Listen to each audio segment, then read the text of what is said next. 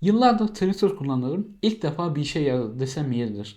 Twitter sayesinde İmam Gazali'nin 7 kitaptan oluşan setini hediye olarak aldım. Twitter kullanıyorsanız görmüşsünüzdür. Aylar önce bir akım vardı. Kaç baba bana hediye edersin diye. Normalde bu akımlara katılmam. Ama bir heves ettim ve Sufi kitaba yazdım. Kaç baba bana İmam Gazali setini hediye edersiniz diye. Normalde bu akımı kitap hediyesi için kullanan görmedim. Ama yazayım dedim, ne olacak ki? Tabi yazdım. Beklemeye başladım. Bir iki gün geçti, cevap gelmedi. Ben de umudu kestim. Cevap 6 gün sonra geldi. 10.000 beğeniye gönderim sağlayabiliriz diye. Bir yandan cevap geldiği için seviniyorum ama bir yandan da 10.000 beğeni demişler. Benim tweetler 3-4 beğeni alıyor. Deneyelim bakalım ne olacak dedim. Tweet attım ama 2.000 beğenide kaldı. Ben umudu kestim. Ama sonradan dedim ki 2.000 beğeni de az değil. Belki de ben 2.000 beğeniyi bir daha göremem. Tekrardan yazdım 2.000 beğeni aldım diye. Onlar da gönderim sağlayabiliriz dediler ve böylece İmam Gazali setine kavuşmuş oldum.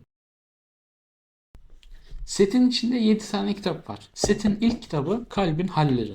İhya-i Ulumuddin'in Mühlikat bölümünden alınmış. Mühlikat insanı helaka götüren şeyler demek. Ve arka kapakta Hz. Ali'nin şu sözü var. Allah'ın yeryüzünde kapıları vardır. Bunlar kalplerdir. Bunların Allah'a en sevimli geleni zıkkatli, temiz ve sabit olanıdır. Arka kapakta İmam Gazali'yi tanımlarken şöyle bir ifade kullanmışlar. Nizamiye medreselerinin şöhretli, parlak baş müderrisi iken dünyanın aldatıcı, bütün alayış ve şatafatına sırt çeviren büyük alim. Uzun yıllar çile, uzlet ve halveti hayatı yaşadıktan sonra bambaşka bir insan olarak ortaya çıkan bir mürşid-i kamil. Bu övgü bile İmam Gazali için yeterli değil. Çünkü El-Munhiz Minet Delal, Delaletten Kurtuluş kitabını okumuştum. Orada hayatından kesitler verdiği bölümler var. Hatta kanalda da incelemesi var. Kartını koyarım şuraya. Hayatını öğrenmek isterseniz o videoyu da izleyin. Hayatını anlatmıştım. Bu arada setin içindeki kitapları okuyup incelemesini yapacağım. O yüzden kanala abone olmayı unutmayın. Videoyu da beğenin. İkinci kitap Nefsi Arındırmak. Bu da İhya-i Ulumuddin eserinden bir bölüm. Ve din güzel ahlaktır alt başlığını taşıyor. Allah imanı yarattığında iman ona Yüce Allah'ım beni güçlendir demiştir. Allah da onu güzel ahlak ve cömertlikle güçlendirir. Yine Allah küfrü yarattığında küfür ona Yüce Allah'ım beni güçlendir demiştir. Allah da onu kötü ahlak ve cimrilikle güçlendirir. İnsandaki ahlakın önemi. Bu konu hakkında Peygamberimiz de ben güzel ahlakı tamamlamak üzere gönderildim buyuruyor. Ahlak özellikle birçok kişinin yok saydığı bu dönemde çok kıymetli.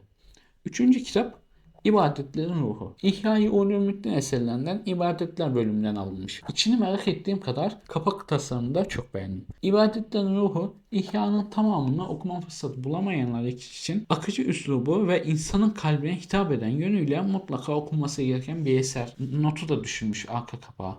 Bu da kitabın önemini belirtiyor.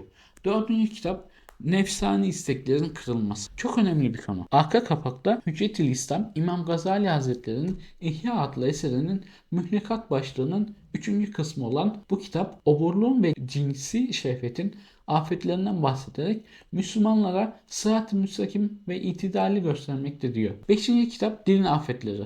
Bu kitabı lise zamanı okumuştum. Çok etkilendiğimi hatırlıyorum. Ama o zaman galiba Semerkant yayınlarından okumuştum.